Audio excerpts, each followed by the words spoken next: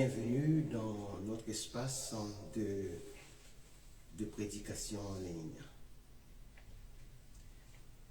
Chantons Dieu éternel, aie pitié de nous. Dieu éternel, aie pitié de nous. Dieu fidèle, aie pitié de nous. Dieu éternel, aie pitié de nous. Dieu fidèle, aie pitié de nous. Depuis trop longtemps, nous t'avons délaissé. Nous avons fait confiance aux richesses, à l'argent. Nous avons bien souvent adoré de faux dieux. Peu à peu notre cœur s'est détourné de toi. Dieu éternel, aie pitié de nous. Dieu fidèle, aie pitié de nous. Dieu éternel, aie pitié de nous. Dieu fidèle, aie pitié de nous. Nous venons devant toi, notre Père bienveillant, prosternés à tes pieds, nous prions, sauve-nous, convaincus sans excuse, accablés par nos fautes. Nous avons tant besoin de ta grâce, ton pardon. Dieu éternel, aie pitié de nous. Dieu fidèle, aie pitié de nous. Dieu éternel, aie pitié de nous. Dieu fidèle,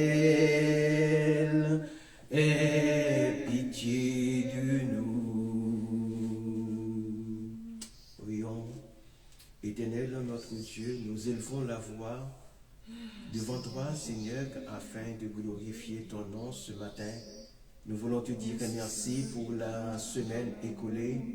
Merci pour ta grâce à manifester.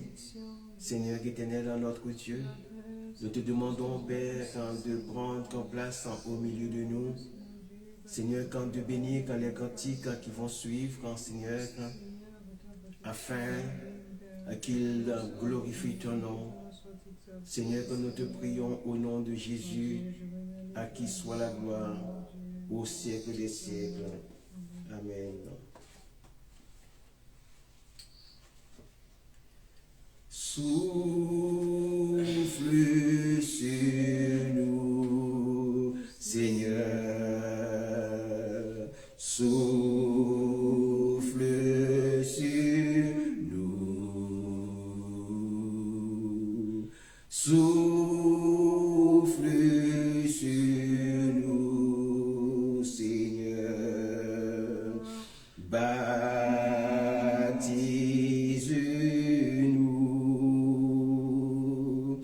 ressuscite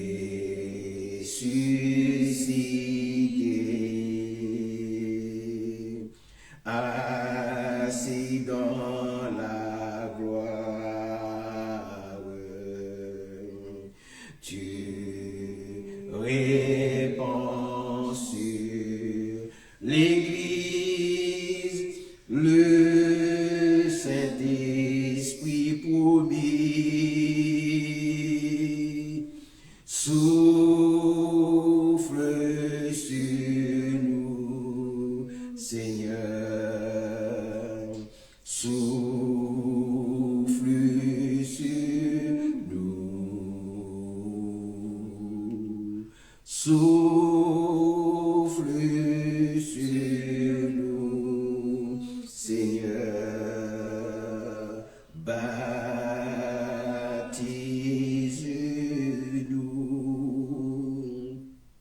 pour tous les tiens, pour ton peuple qui attend. Allume un feu nouveau d'amour et de puissance. Souffle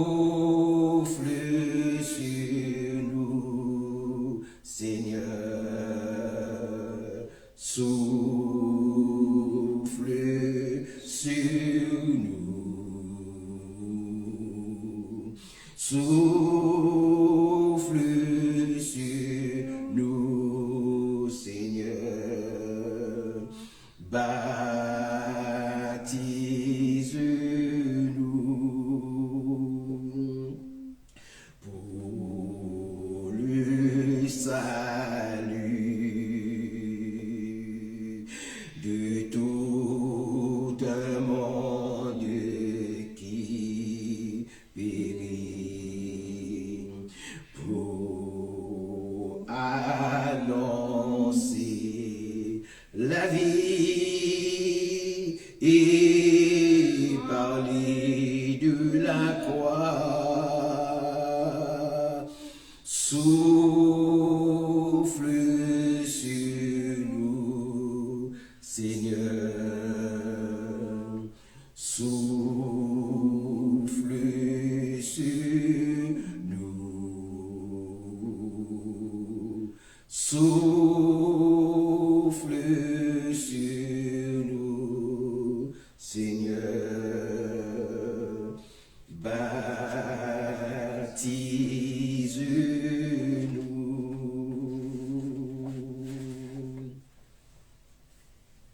Seigneur éternel, notre Dieu, nous sommes dans la joie parce que nous savons quel Dieu est notre Maître, quel Dieu est notre Père. Seigneur, quand tu es le capitaine, nous n'avons rien à craindre, même si le bateau est secoué par les vagues. Nous savons que le capitaine, il est fort, il est puissant. Rien n'échappe à son égard. C'est lui qui est le maître de la mer, lui qui est le maître du navire. S'il contrôle le tout. Et Seigneur, ce matin, nous voulons nous réjouir en ta présence. Nous voulons te dire merci pour toutes les merveilles accordées dans nos vies. Seigneur, grand Dieu Tout-Puissant, nous te demandons à travers ce service de toucher les âmes, Seigneur, afin qu'elles puissent reconnaître ta divinité, Seigneur, ta puissance. Éternel Dieu, nous te bénissons car tu es celui qui est digne de louange, digne d'être glorifié. Et ce matin, notre âme est dans l'allégresse à cause de l'assurance de notre salut. Seigneur, bénis ton nom. Bénis le dernier cantique que nous allons chanter pour ta gloire. Amen. À celui qui nous aime, qui nous a délivrés de nos péchés par son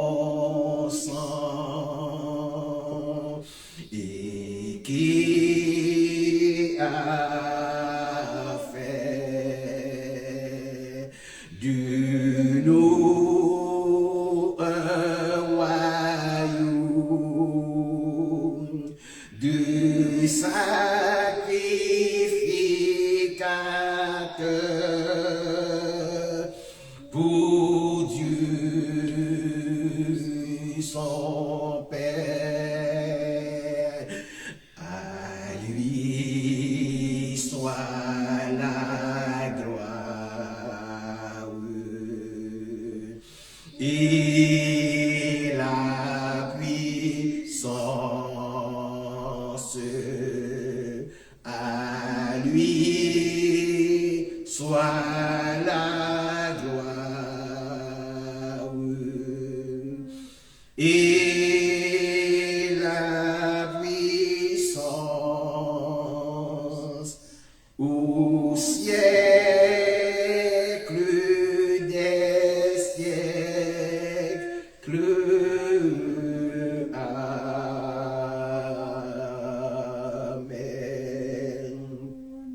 À celui qui nous aime, qui nous a délivrés de nos péchés par son sang, et qui a fait de nous un royaume de sacrificateurs pour Dieu son Père. À lui soit la gloire et la puissance. À lui soit la gloire et la puissance au siècle des siècles.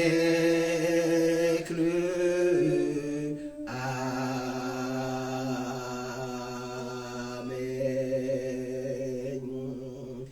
Tu es grand Seigneur, alléluia. Tu es grand Seigneur. Tu es grand Seigneur. Tu es grand Seigneur. Magnifique, digne de louange. Tu es grand Seigneur. Magnifique, digne de louange.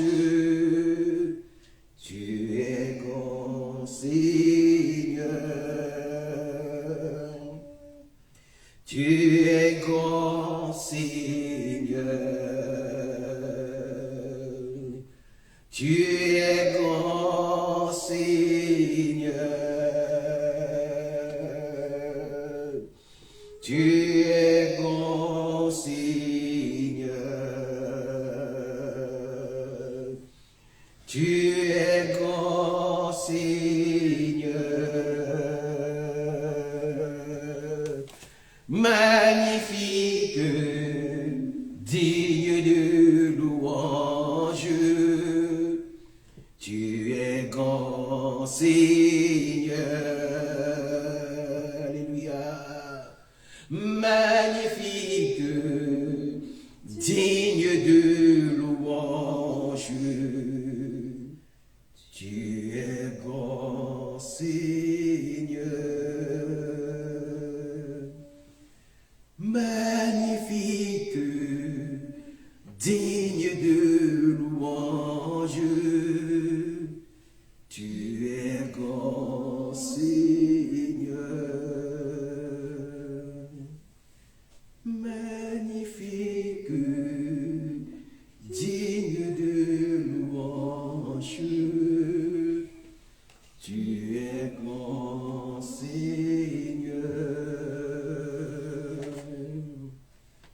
Alléluia. Je vous invite à ouvrir votre Bible dans l'évangile de Matthieu. Nous allons lire les 16 premiers versets.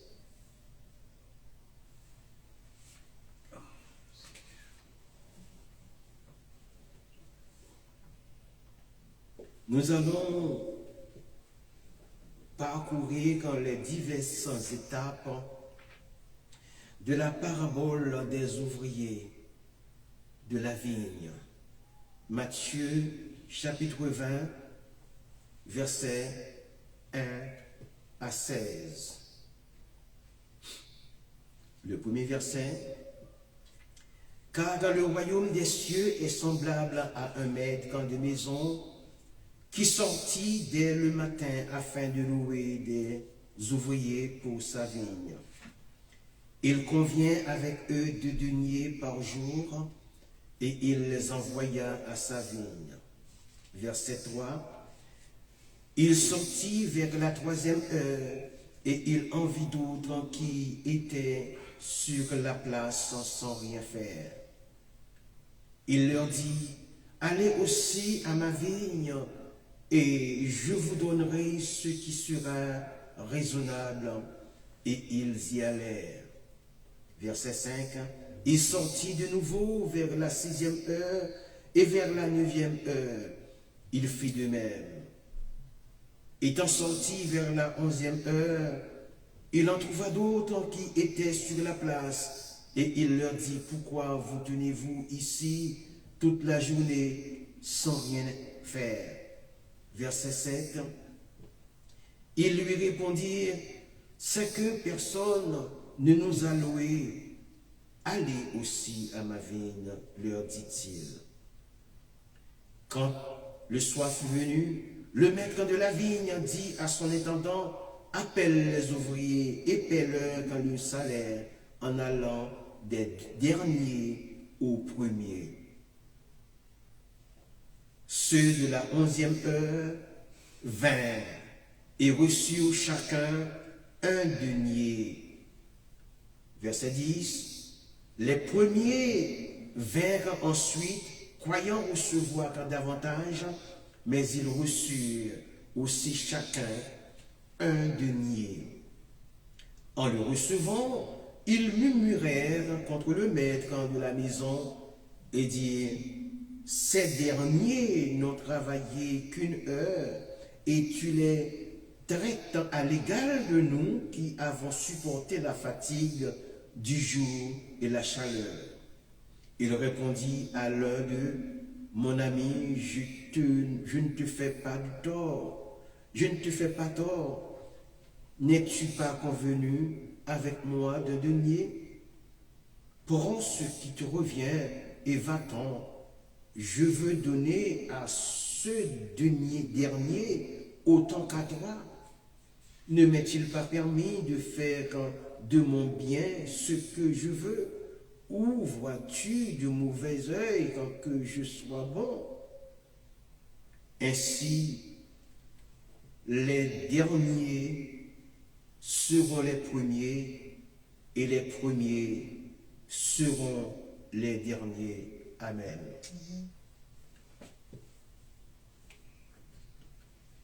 Chers amis, chers frères et sœurs, mesdames et messieurs, la parabole des ouvriers de la vigne est un enseignement sur la gratuité du salut et la souveraineté divine.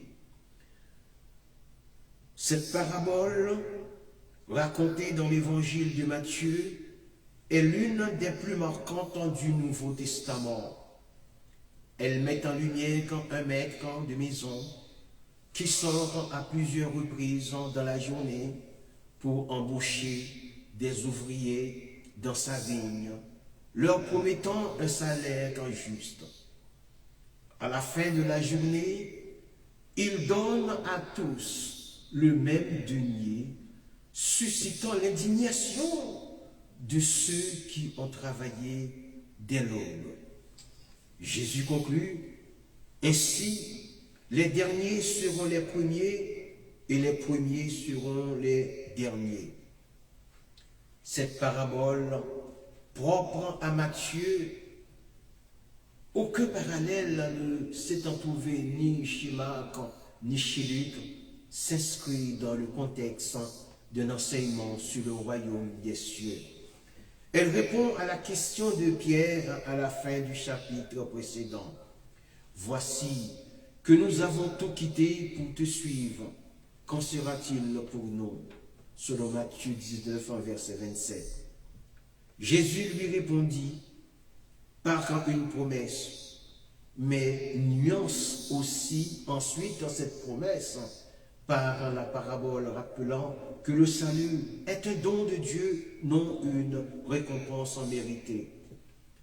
Cette étude cherchera à montrer que la parabole des ouvriers de la vigne révèle le visage d'un Dieu souverain, généreux et juste, dont la logique dépasse celle des hommes. Trois axes principaux sont mis en lumière. Ce sont 1. La vie comme symbole du peuple de Dieu enraciné dans l'Ancien Testament. 2. La gratuité et la souveraineté de la grâce divine. 3. L'appel universel du royaume qui renverse les hiérarchies humaines.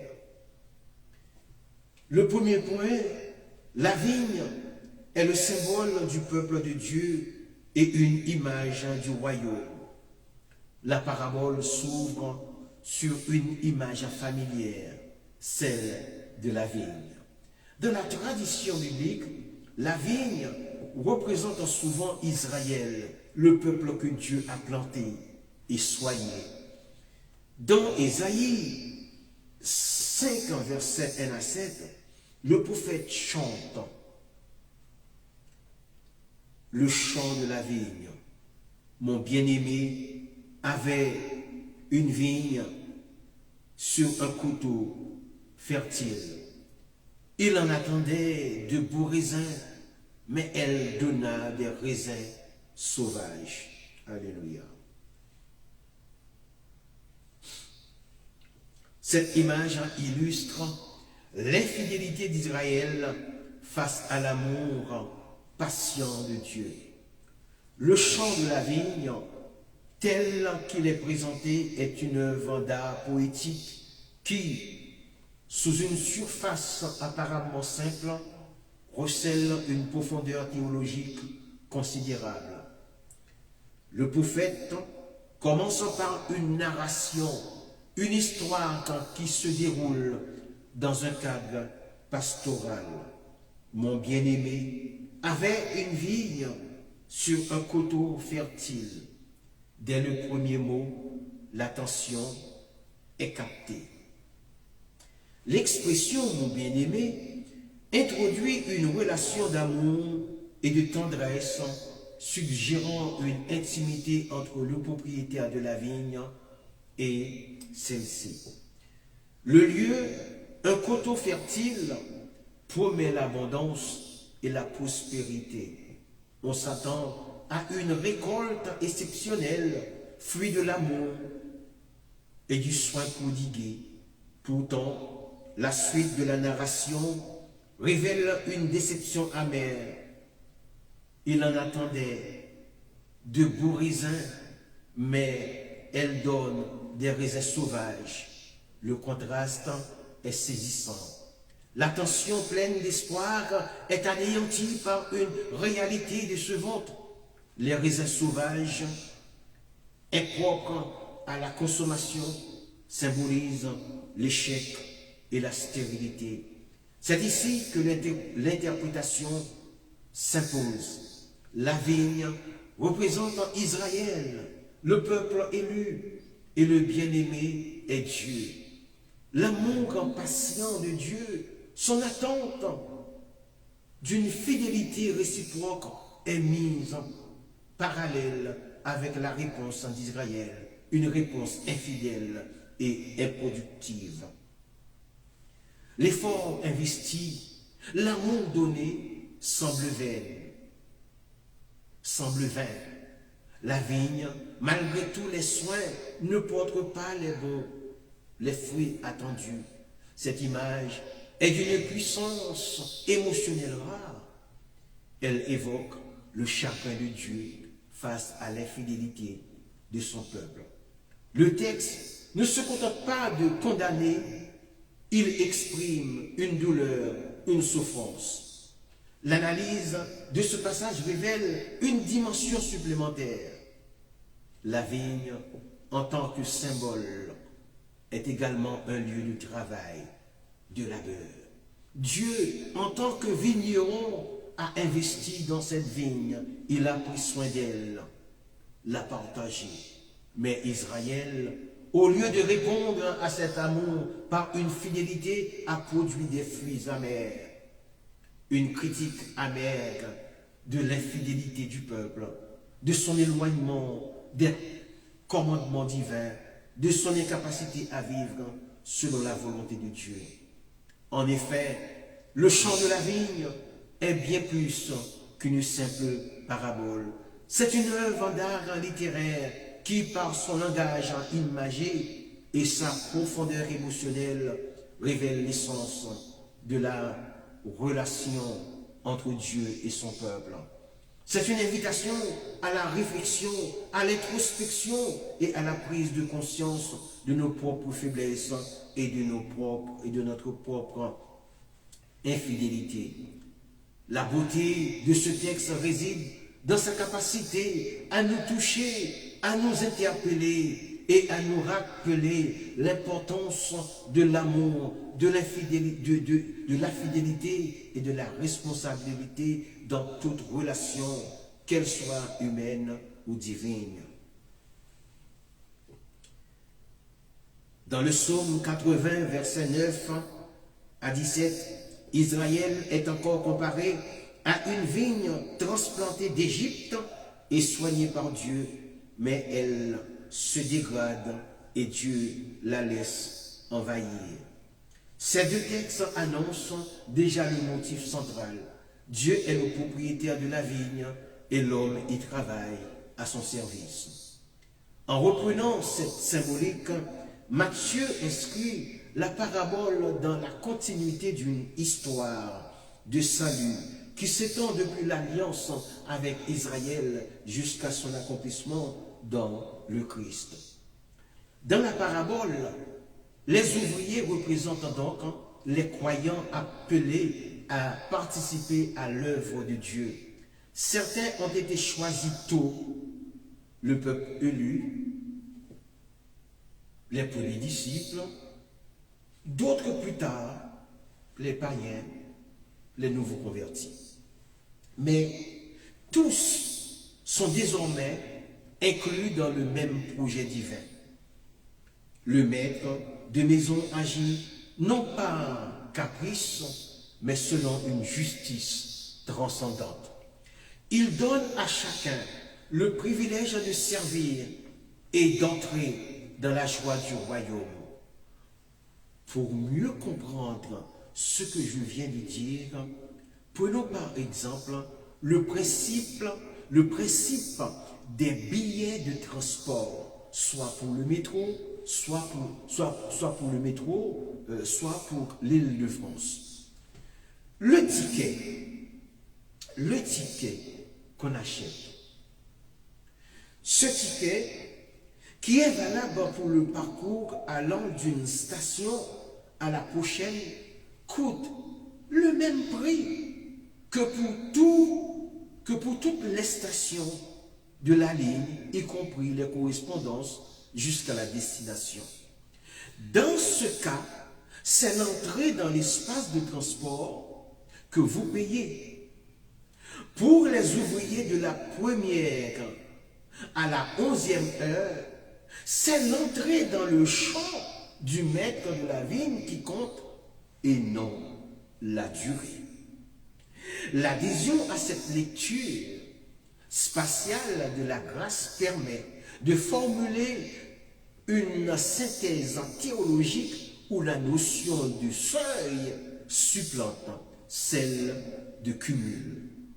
Pour prolonger cette réflexion dans une perspective d'ontologie sacrée, nous pouvons structurer le raisonnement autour de 3 piliers conceptuels. Dans l'économie du salut, le temps n'est pas une grandeur extensive, une durée que l'on empile, mais une occasion intensive, un moment de rencontre. L'ouvrier de la 11e heure n'est pas en retard sur le plan de la rétribution, car il pénètre dans un espace où le temps est suspendu au profit de la présence. Tout comme l'usager du transport valide son titre pour accéder à une zone tarifaire unifiée, l'ouvrier valide son engagement pour accéder à la juridiction de la miséricorde. La vigne est comme un espace de communion. Si l'on suit l'analogie du métro, la vigne ne doit plus être perçue comme un chantier de production, mais comme un environnement de destination. Le ticket, une image de la foire où l'appel donne accès à la totalité du domaine. Il n'existe pas de demi-denier pour le trajet court, car la vie éternelle, par définition, ne peut être fragmentée ou divisée. On ne possède pas un peu de salut. On est dans le salut ou on ne l'est pas. Le murmure des ouvriers de la première heure provient d'une erreur de lecture. Ils voient le denier comme un salaire de service proportionnel à la sueur, alors qu'il s'agit d'un salaire d'existence proportionnel à la bonté du maître. Le prix unique du ticket de transport, indépendamment de la distance, est le reflet terrestre d'une vérité céleste. Le coût de la structure est supporté par le maître et l'accès y est accordé selon une volonté souveraine qui transcende les calculs de la rentabilité humaine vers une ouverture métaphysique. Cette approche transforme radicalement la vision de la vie spirituelle. Elle n'est plus une source de fond où les premiers distancent les derniers, mais une porte ouverte devant laquelle tous sont égaux dès qu'ils en franchissent le linteau. Pour rendre cette réflexion accessible à tous, imaginons que la vigne est un grand train et que le denier est le voyageur lui-même.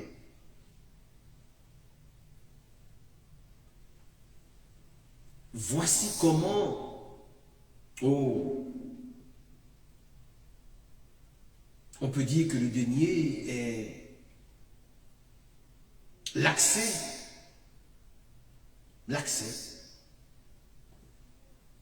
Voici comment on peut expliquer cette parabole.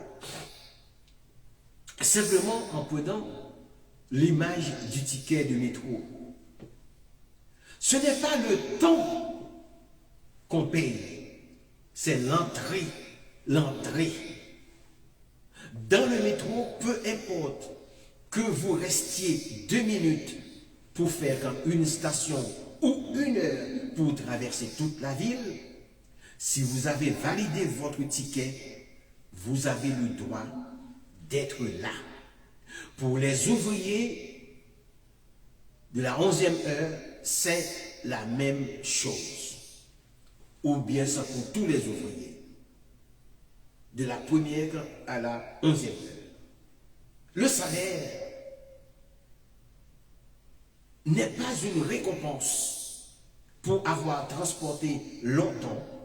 C'est le cadeau que le maître fait à tous ceux qui acceptent d'entrer chez lui, d'entrer dans sa vigne. Voici l'idée clé. Une fois que vous avez franchi la barrière ou le portillon, vous faites partie du voyage. On ne divise pas le voyage en morceaux. Le maître est généreux, mais pas comptable. Les ouvriers de la première heure font un calcul d'écolier. Oh, j'ai travaillé 10 fois plus, donc je veux 10 fois plus. C'est ce qu'on appelle la justice des hommes. Mais le maître, en lui, regarde dans le besoin de chacun. Il se dit, celui qui est arrivé à la fin a autant besoin de vivre et de manger que celui qui est arrivé au début. Le ticket de transport a le même prix pour tout le monde, afin que même celui qui va moins loin puisse se déplacer. La grâce de Dieu est un forfait illimité. On ne peut pas en avoir un petit bout. On l'a en entier ou pas du tout. Les derniers sont les bienvenus. Cette histoire nous apprend qu'il n'est jamais trop tard. Si vous montez dans le train à la dernière station avant le terminus, vous arrivez à destination en même temps que celui qui est monté au départ. Alléluia.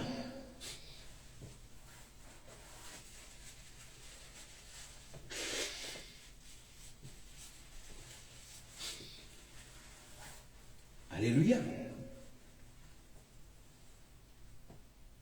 Où en étais-je? Je disais que si vous montez dans le train à la dernière station avant le terminus, eh bien vous arrivez à destination en même temps que celui qui est monté au départ. La joie d'être arrivé est la même pour tous. En résumé, l'important dans cette parabole, ce n'est pas le nombre d'heures sur l'horloge, c'est d'avoir répondu à l'invitation du maître. La durée ne compte pas, c'est la décision qui compte vraiment. Cette belle leçon de solidarité nous enseigne que le bonheur ne se divise pas, mais il se partage. Alléluia. Voici quelques autres exemples de la vie courante pour bien comprendre cette idée que l'entrée compte plus que la durée. Prenons l'exemple d'un buffet à volonté. Imaginez un restaurant avec un buffet à prix fixe, par exemple 20 €. Un client arrive à 12 heures et mange pendant 2 heures. Un autre arrive à 13h30 et ne mange que pendant 30 minutes. À la fin, il paye le même prix. Pourquoi? Parce qu'il paye l'accès à la nourriture et non la quantité avalée ou le temps passé assis. Le restaurateur offre la même chance à tous d'être rassasiés. Prenons l'exemple d'un abonnement à une salle de transport, de sport. C'est le principe de l'adhésion qui compte. Si vous vous inscrivez à une salle de transport, que vous y passiez 10 heures par jour ou 10 minutes, vous êtes membre de la même façon. Vous avez le même badge et accès aux mêmes machines. Dans la religion, que quelqu'un soit croyant depuis sa naissance, ou qu'il le devienne à 80 ans, le bénéfice spirituel, entre parenthèses, la paix, l'espérance, est le même. Le bénéfice spirituel est le même. C'est le statut d'invité qui compte. Un autre exemple, pour bien comprendre la parabole des ouvriers de la vigne.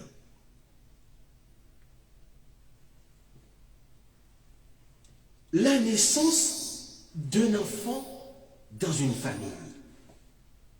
Le premier-né a travaillé à être le fils ou la fille pendant des années avant l'arrivée du petit dernier.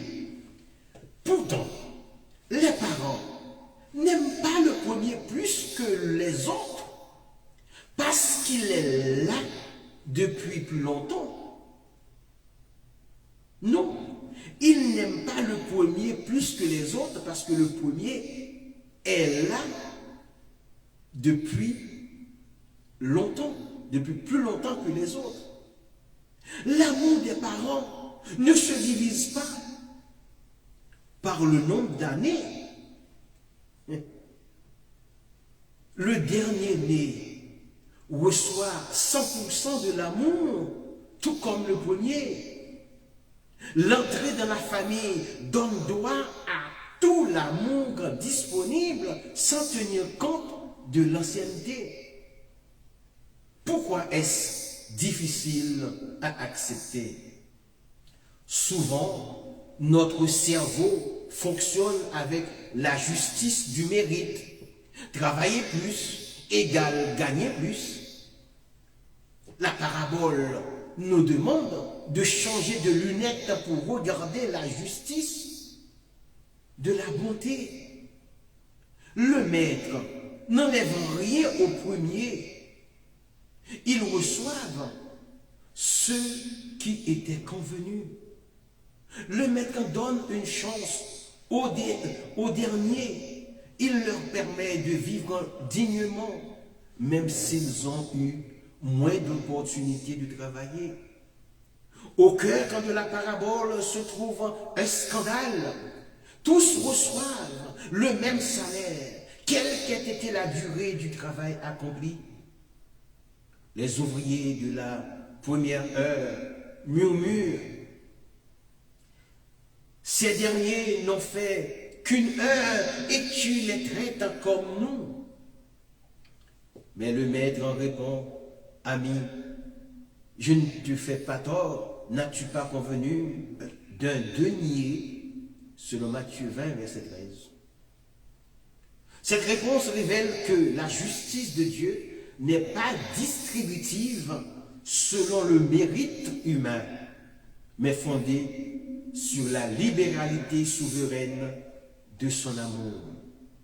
Dans Romains chapitre 9, en versets 15 et 16, Paul cite Dieu parlant à Moïse. Je ferai grâce à qui je ferai grâce, et j'aurai compassion de qui j'aurai compassion.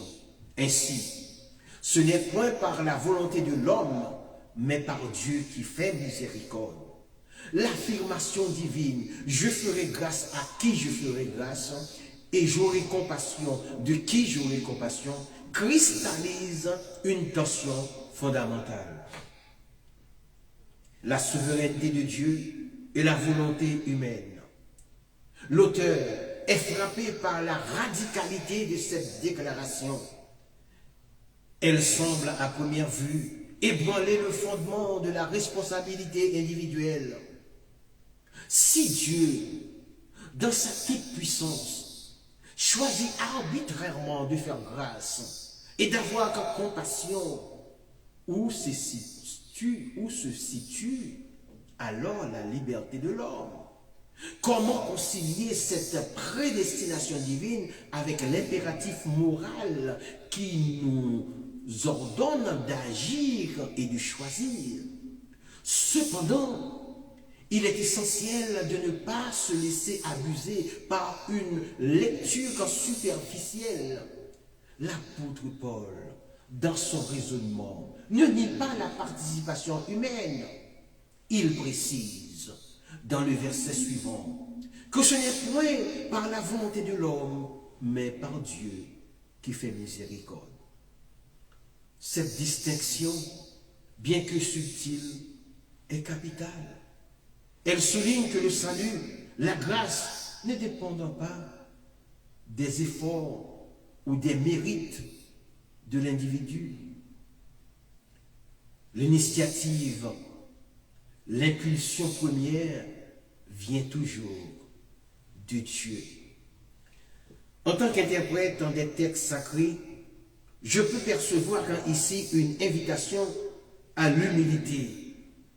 L'homme est invité à reconnaître sa dépendance totale à l'égard de la grâce divine.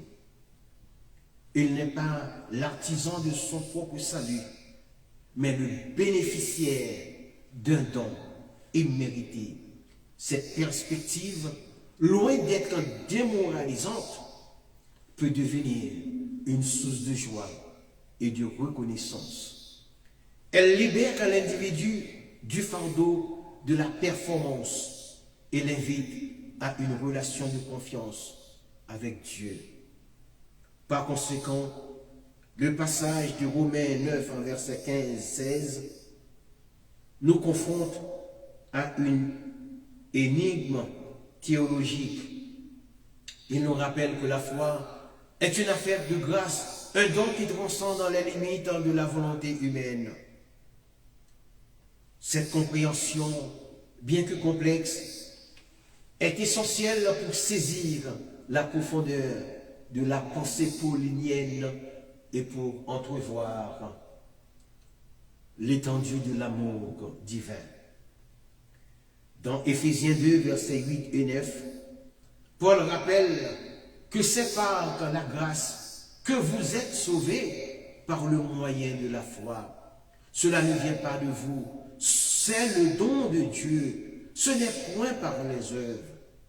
Paul, tel un architecte de la foi, érige une demeure spirituelle où la grâce divine est la pierre angulaire. C'est par la grâce que vous êtes sauvés par le moyen de la foi. Ces mots, d'une simplicité déconcertante, dévoilent une vérité d'une profondeur abyssale. La grâce, ce don immérité, cette faveur divine, se révèle être le fondement de notre salut. En tant qu'individu attentif, je ne peux m'empêcher de méditer sur la nature même de cette grâce. Elle n'est pas le fruit de nos efforts, de nos mérites, ni de nos œuvres. Elle est, par essence, un don. Cela ne vient pas de vous, c'est le don de Dieu, dit-il. Cette affirmation, loin d'être une simple constatation, est une révolution. Elle ébranle les fondations de l'orgueil humain qui tend à s'attribuer le mérite des actions. Elle nous invite à reconnaître notre dépendance totale envers Dieu. L'auteur de ces lignes, dans sa quête personnelle, a souvent ressenti le poids de ses propres imperfections. Les tentatives de mériter la faveur divine par les œuvres se sont révélées vaines. L'humilité, cette vertu si souvent négligée, devient alors la clé de la compréhension. Car, comme le souligne Paul, ce n'est point par les œuvres. Le salut n'est pas une récompense, mais une grâce offerte à tous ceux et celles qui acceptent de l'accueillir avec foi. Cette foi elle-même est un don. Elle n'est pas une invention humaine, mais une semence plantée dans le cœur par Dieu. C'est cette semence qui nous permet de saisir l'âme étendue de la grâce. de nous laisser emporter par le courant divin. C'est par la foi que nous entrons dans la danse céleste, que nous devenons participants de la vérité éternelle. Ainsi, la grâce et la foi s'entrelacent, formant un duo indissociable. L'une est l'offrande, l'autre est la réception. L'une est l'initiative divine, l'autre est la réponse humaine. Dans cette relation, l'homme n'est pas un acteur en solitaire, mais un partenaire dans une œuvre de salut qui le dépasse. Et c'est dans cette humilité, dans cette reconnaissance de notre petitesse face à la grandeur de Dieu que réside la véritable sagesse. La parabole des ouvriers illustre parfaitement ce principe. Le salut est un don gratuit et non la récompense d'une performance spirituelle. Les ouvriers de la dernière heure reçoivent le même denier parce qu'ils ont répondu à l'appel du Maître, non parce qu'ils l'ont mérité. Cette logique bouleversera la mentalité religieuse fondée sur la comparaison et la rétribution. Le maître de la vigne incarne un Dieu dont la justice se confond avec la miséricorde. Il est juste parce qu'il est bon. Cette bonté n'abolit pas la justice, mais la dépasse. Comme le rappelle Jésus ailleurs, soyez parfaits comme votre Père céleste est parfait, selon Matthieu 5, verset 48. Dans le cadre de la littérature biblique, la parabole du fils prodigue, relatée dans l'évangile de Luc en chapitre 15, versets 11 à 32, se révèle être une œuvre d'art d'une profondeur inégalée. Elle nous offre une réflexion poignante sur la nature de la grâce divine et la limite de la compréhension humaine. L'histoire d'une simplicité apparente et d'une richesse incommensurable. Un Père, symbole de la miséricorde céleste, accueille avec une joie débordante son Fils, revenu après avoir dilapidé son héritage dans une vie de débauche. Ce retour, intervenu au dernier moment, est accueilli avec la même tendresse que celle réservée aux fils restés fidèles. Cette égalité, cette absence de jugement est le cœur même du message. Le fils aîné, quant à lui, incarne la rigidité, la difficulté à accepter l'amour inconditionnel. Il s'indigne de cette faveur accordée à son frère, rappelant ses propres mérites et sa fidélité. Pourtant, la réponse du Père est limpide et claire. Il fallait bien se réjouir quand ton frère était mort et il est revenu à la vie. Ces mots révèlent une vérité fondamentale. Le royaume n'est pas une question de calcul, de récompense et de punition.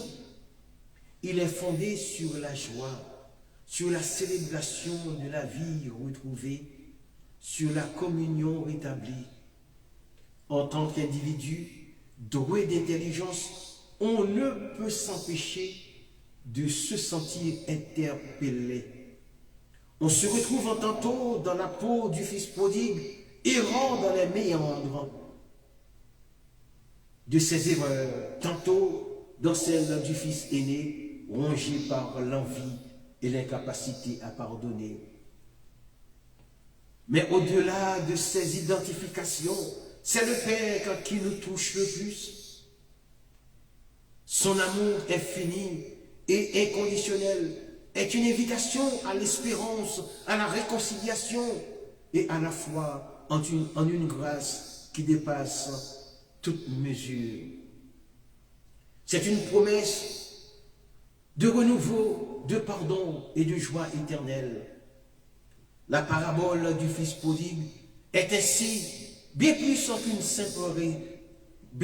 qu'un simple récit. C'est une porte ouverte sur l'essence même de la foi chrétienne.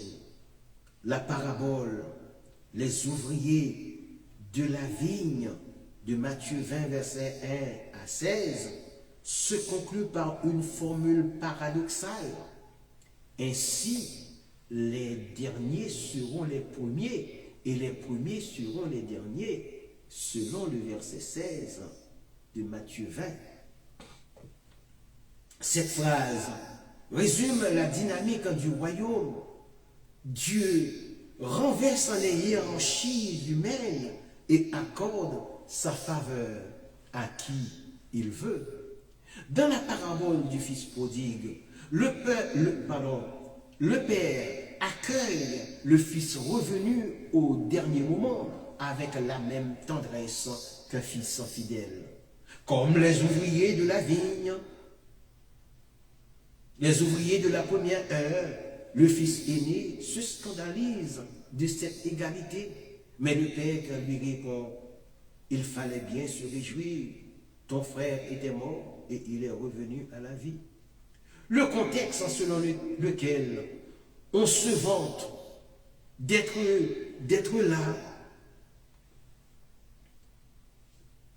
là depuis X temps avant les autres n'est pas un mérite et ne priorise pas le denier que reçoivent les ouvriers de la vigne symbolise le salut ou la vie éternelle. Alors, les ouvriers de la 11e heure devaient recevoir dans leur salaire au prorata de la durée du temps de travail. La parabole, dans ce cas, serait interprétée littéralement, non pas sur le plan spirituel, mais sur le plan sociétal. Et le salut pourrait être accordé partiellement. Oh, pardon, loin de là, car le salut est indivisible. On ne peut pas l'avoir à moitié. Soit on l'a, soit on ne l'a pas. Cette analogie montre que le royaume n'est pas fondé sur la comptabilité des mérites, mais sur la joie de la communion retrouvée. Jésus annonce ici un appel universel. Les païens, les pécheurs, les exclus, tous peuvent entrer dans la vigne à l'heure qu'ils entendent l'appel.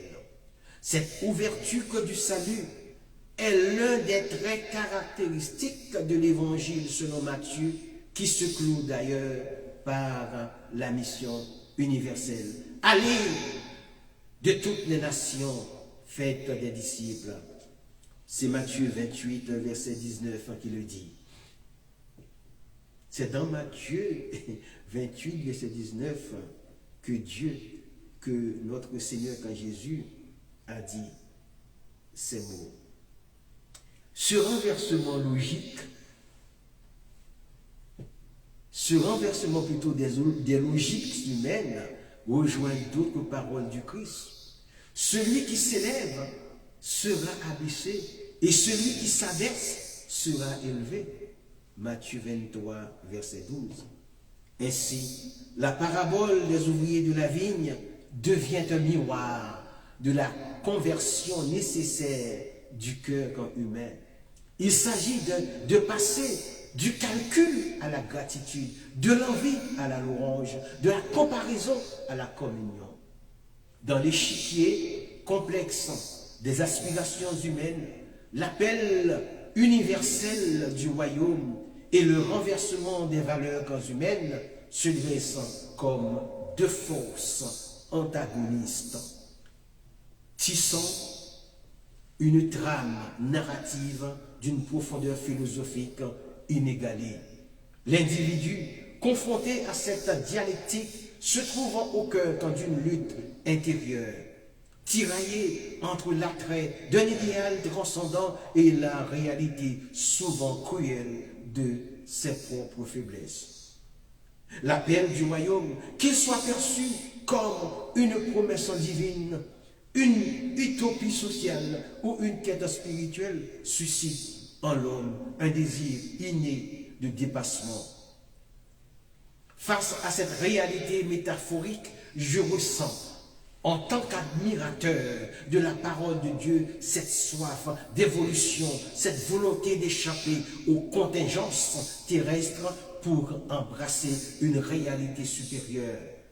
Ce royaume, quel que soit le nom qu'on lui donne, incarne l'espoir d'une perfection, d'une justice et d'une paix qui semblent hors d'atteinte dans le monde actuel. Cependant, cette quête de l'ascension se heurte inévitablement au renversement des valeurs humaines. L'individu, en aspirant à l'idéal, se voit contraint de remettre en question les fondements même de son existence. Les notions de pouvoir, de richesse, de succès qui constituent souvent le socle de la société sont remises en question. L'humilité, la compassion, le renoncement prennent alors une place prépondérante. Ce processus de déconstruction, bien que potentiellement libérateur, est également source de souffrance et d'incertitude. L'expérience humaine, dans cette perspective, est une tension constante entre l'aspiration à l'absolu et l'acceptation de la condition humaine.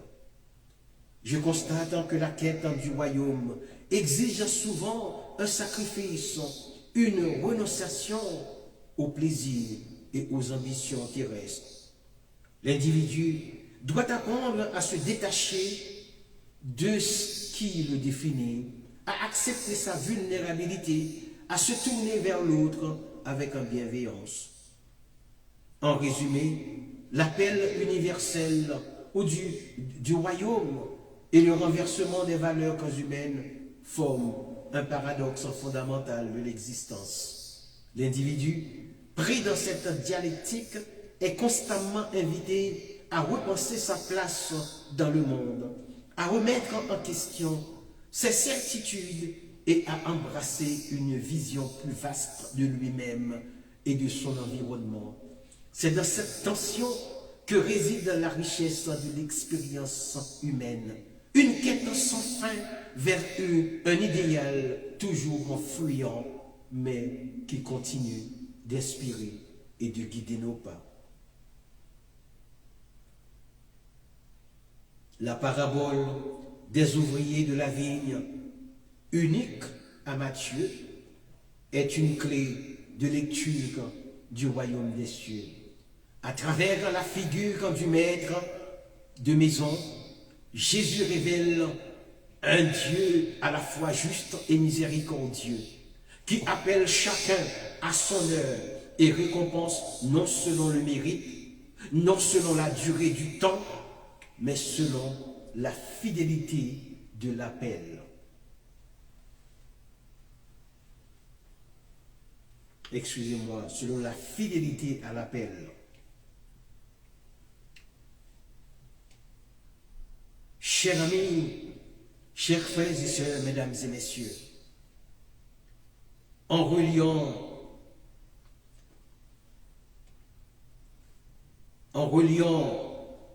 ceci aux grandes images de la vigne, d'Ésaïe et du psaume 580, à la théologie paulinienne de la grâce citée en Romains 6, Éphésiens 2, et à la parabole du fils prodigue de Luc 15, on comprend bien évidemment que ce récit n'est pas une simple leçon de morale, mais une révélation du cœur de Dieu. Les ouvriers de la première heure, jaloux de la bonté du maître, représentent souvent Souvent le croyant qui n'a pas encore compris la logique du royaume, celle de la gratuité absolue. La grâce ne se divise pas, elle se donne tout entière à chacun. Ainsi, cette parabole nous invite à accueillir le don de Dieu sans comparaison ni calcul. Elle nous rappelle que servir dans la vigne du Seigneur, quel que soit le montant, quel que soit le moment plutôt de l'appel, est déjà une grâce. Et comme le dit Jésus à la fin de l'évangile, le royaume des cieux appartient à ceux qui reçoivent tout comme un don. La parabole nous enseigne que ce n'est pas la durée qui compte, mais l'entrée dans le champ du maître.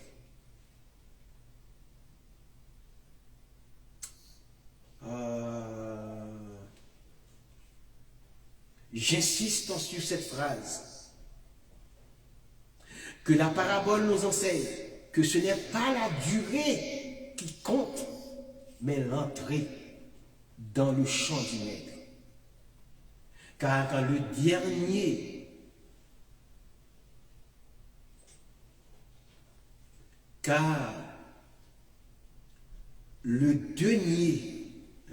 denier que reçoivent les ouvriers de la vigne symbolise le salut ou la vie éternelle que chaque croyant reçoit.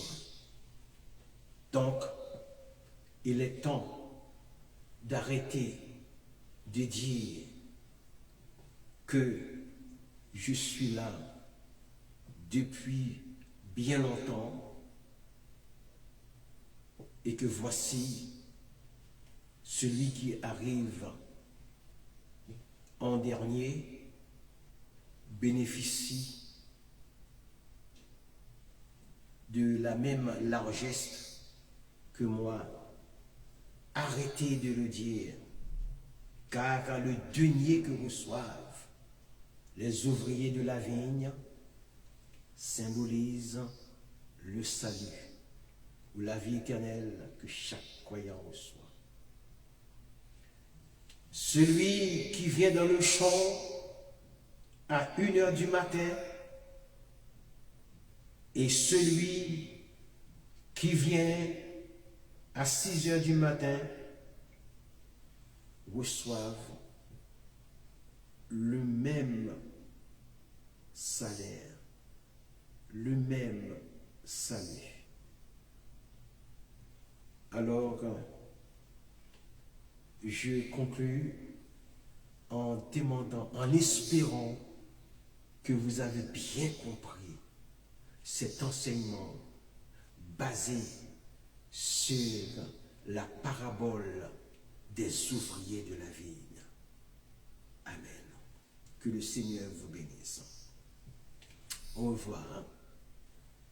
Je ne sais pas si c'est le dernier message de l'année, mais Dieu seul le sait. Bye bye.